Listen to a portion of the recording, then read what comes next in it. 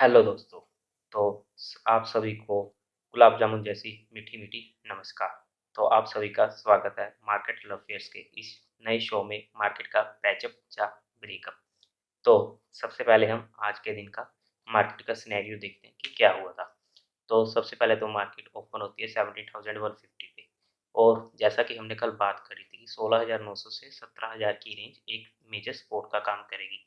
तो आज मार्केट ने 17,000 का लो बनाकर फिर ऊपर की तरफ पूरा का पूरा दिन भागा है।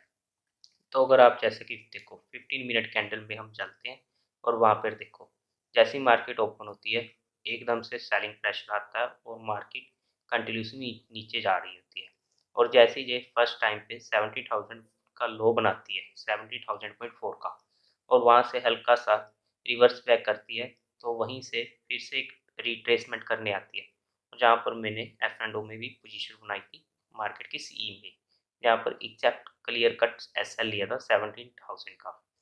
लेकिन फिर वहीं से मार्केट ने फिर ऊपर की तरफ बाउंस बैक दिया और जैसा कि 17,200 पहला रेजिस्टेंस सहारा का काम कर रहा था वहाँ पर मार्केट ने 17,222 का हाई बनाकर फिर से नीचे को आई। फर्स्ट टाइम हिट हुआ और उसके बाद फिर से नीचे को रिट्रेस करती है 50 की मूविंग एवरेज को टच करके फिर से ऊपर चलती है और फिर से जहाँ पर इसने सेकंड टाइम देखो 230 की कैंडल पे सेकंड टाइम इसने 17,200 को क्रॉस किया लेकिन फिर से नीचे को आ गई। तो और जैसे ही नेक्स्ट कैंडल बनती है नीचे की को खुल के नीचे को जाके फिर से 200 की मूविंग एवरेज को टच करके फिर ऊपर की तरफ जाती है और 17,200 को क्रॉस करके फिर ऊपर ही क्लोज करती है। तो ये देखो फर्स्ट टाइम हिट हुआ 70,200 वन ओ क्लॉक की कैंडल पे और सेकंड टाइम हिट हुआ 230 कैंडल पे और ऑलरेडी दो बार हिट हो चुका था तो पॉसिबिलिटी हो जाती है कि जैसे थर्ड टाइम क्रॉस करेगी तो जैसे क्रॉस कर ही देगी। तो जहाँ पर मैंने दोबारा से एंट्री बनाई थी उसी कैरी की थी बट वो मैटर नहीं करता कि मैंने क्या किया। जहाँ पर मैंने आपको लर्निंग दी है कि जैसे एक रेजिस्टेंस को जे ऑलरेडी दो बार रिस्पेक्ट देके नीचे की साइड आ चुकी थी तो थर्ड टाइम उसे क्रॉस करने के चांसेस ज़्यादा हो जाते हैं। तो ये तो था आज के दिन का मार्केट का रिव्यू और इसी के साथ अगर हम बात करें आज के दिन एफ और डी की सेलिंग की तो फिर से एफ की तरफ से सेलिंग आई है 800 करोड़ की और डी की तरफ से बाइंग आई है 1150 करोड़ की। तो चाहे एफ बेच रहे हैं लेकिन हमारे भाई खरीद ही रहे हैं डी और इसी के साथ हम आज एक नया स्टॉक स्टडी करते हैं जो कि शॉर्ट टर्म के लिए होगा बट ये कोई भी इन्वेस्टमेंट की टिप नहीं है, ये सिर्फ एजुकेशन पर्पज़ के लिए है। अगर आपको इन्वेस्टमेंट करनी है तो आप अपने फाइनेंशियल एडवाइजर से पूछ कर ही काम कीजिएगा। तो स्टॉक का नाम है एबोट इंडिया। तो जैसा कि देखो पहले तो इस स्टॉक को टूटते हुए इतने दिन हो गए 1 2 3 4 5 6 और 7 डे था। 7 डे होता है रिवर्सल का डे।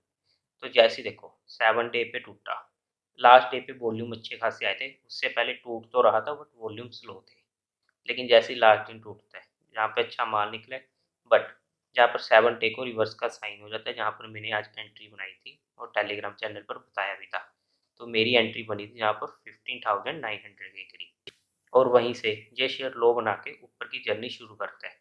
अगर अब इसमें देखें जहाँ पर रिस्क रिवार्ड रेशो काफ़ी फेवरेबल हो जाता है क्योंकि इस स्टॉक में अब टूटने का कुछ नहीं है। देखो टूटने को तो ये कितना भी टूट सकता है, ये आप लोगों को भी पता है, मार्केट को भी पता है, हमें भी पता है। लेकिन जहाँ पर अगर 2% का मैंने एसएल लिया है प्रॉपर और 2% के एसएल के साथ ऊपर की जर्नी को मैंने खेला है। जैसा कि एक बार के लिए ये ऊपर आ भी चुका है। अब ये जा कहाँ सकता है? देखो इसमें अब फर्स्ट रेजिस्टेंस आएगा 16,665 के और फिर अगर इस रेजिस्टेंस को क्रॉस करता है 16,665 टू 16,800 की रेंज अब इसके लिए थोड़ी सी कॉम्प्लिकेटेड होगी बट एक बार जहाँ पर मैं प्रॉफिट बुक करने की सोचूंगा।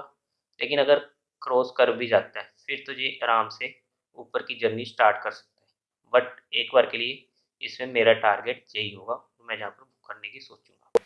फिर बता रहा हूँ ये कोई भी इन्वेस्टमेंट की टिप नहीं है, कृपया अपने फाइनेंशियल एडवाइजर से पूछ कर ही कोई इन्वेस्टमेंट करें।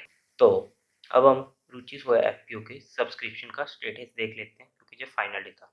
तो क्या हुआ इन्हें 2.2 टाइम्स ओवर सब्सक्राइब हुआ है। एनआईए की तरफ से 11.75, रिटेल कैटेगरी में 0.90। मतलब कि जिन्होंने भी ये लोट अप्लाई किया है रिटेल कैटेगरी से, उन्हें हर किसी को, चाहे उन्होंने एक ही अकाउंट से 3-3, 4-4 क्यों ना किया, सभी को आईपीओ अलॉट होने वाला है। एम्प्लॉयज़ में 7.76, और मैंने भी रिटेल कैटेगरी से इनफैक्ट 615 के प्राइस पर 2 लॉट अप्लाई किए थे, क्योंकि जब मैंने देखा कि जो 1 गुना ओवर सब्सक्राइब हुआ नहीं है, तो मैंने सोचा फिर तो कम प्राइस पर ही अप्लाई करने का फ़ायदा है। इसलिए मैंने भी कट ऑफ प्राइस की जगह 615 के प्राइस से अप्लाई किया था।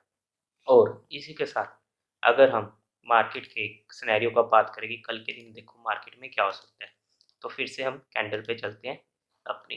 तो देखो आज के दिन मार्केट जैसे कि नीचे चलती जा रही थी, फिर जहाँ से किसी ने अच्छा खासा माल खरीदा और फिर मार्केट को ऊपर की तरफ आया, बट नीचे की तरफ वॉल्यूम देखो फिर से लो वॉल्यूम के साथ एक ही रेंज में कंसोलिडेट कर रहा है।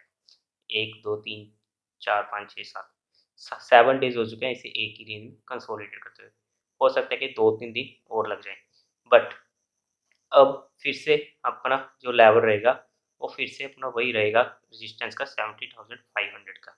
और अगर सपोर्ट की बात करें आज का लो, मतलब 70,000 टू 6,900 की रेंज हमारी अभी भी सपोर्ट का काम करेगी। इसके बीच में कोई रेजिस्टेंस वगैरह, देखो माइनर रेजिस्टेंस माइनर सपोर्ट तो है, बट अगर हम मेजर की बात करें तो यही है।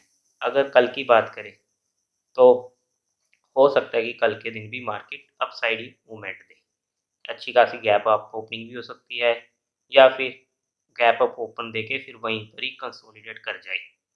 बाकी market he supreme at last, जो मार्केट चाहेगी वही होएगा। बट मेजर सीन यही देखना पड़ेगा कि 17,500 की रेंज क्रॉस होती है या नहीं होती है। Thank you very much. Video को लाइक करें, शेयर करें और चैनल को सब्सक्राइब करें।